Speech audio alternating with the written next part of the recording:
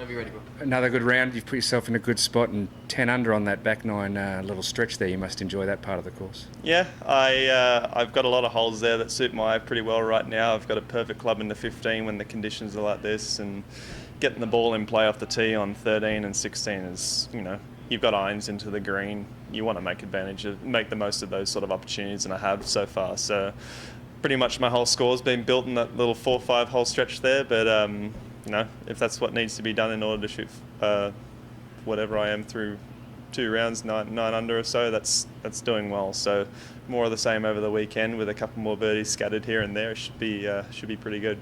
The confidence is clearly brimming, mate. How much is that from what you just went through at Quail Hollow and all that process? Oh, everything at Quail Hollow was a positive experience for me.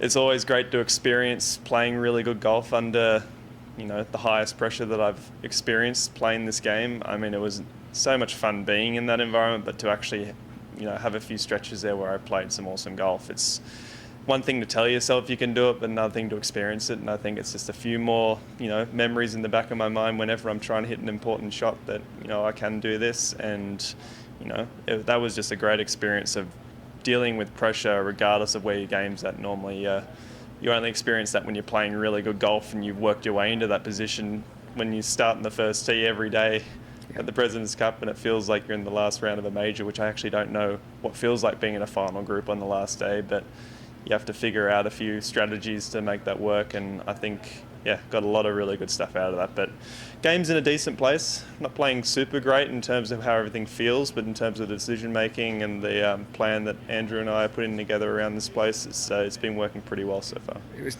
definitely a boost to your self-belief, right? Was that one little piece of the puzzle that you could have used a little uptick on?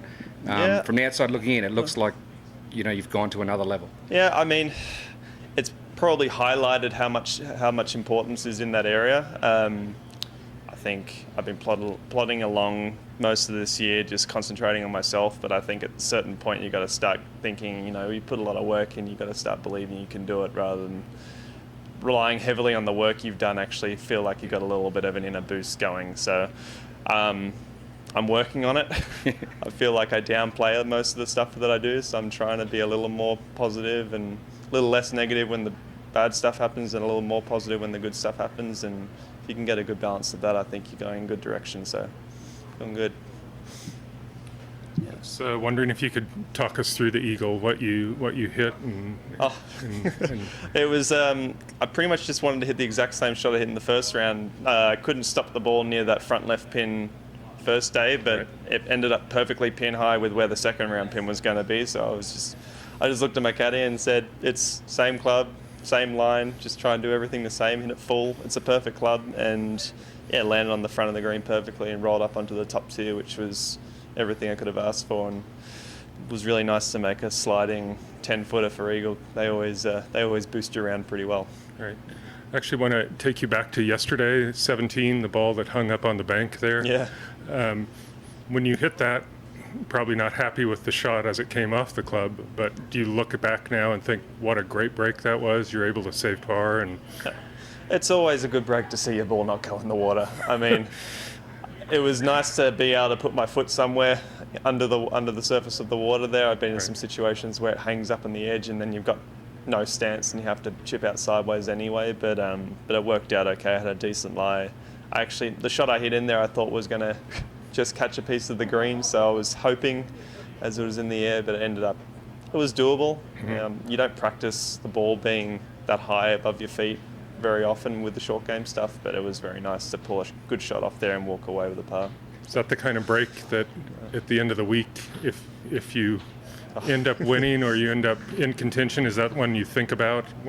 You don't look back on moments like that too much, but you need those sort of things to go your way if you want to have a good week. That's maximising your every round, is getting a break here and there as well. So whether it's a long par saving putt or a bounce off a tree back in the fairway or a ball staying just out of the water instead of going in, all those little things add up. I think guys who win each week will have a few situations where things like that went their way. So, because that's kind of what it takes out here. Everyone's good. Just got to have a couple more breaks go your way and keep playing as well as you can.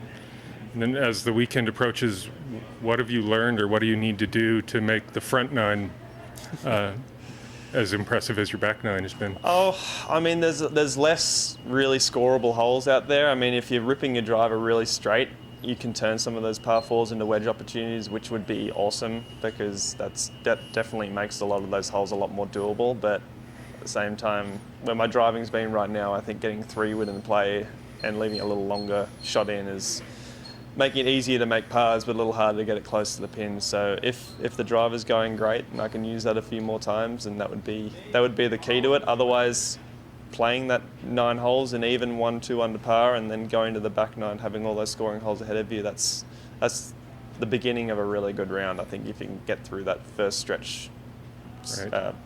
Pretty freely. Right. How do you know if the driver's going great if you're not using it on the front nine? You're using it on the driving range. Right. In driving range, and there might be a couple of holes early where you give it a crack, but you got to take as much from the range as you can for comfort. Does your game generally translate how you do on the range to the course? Sometimes.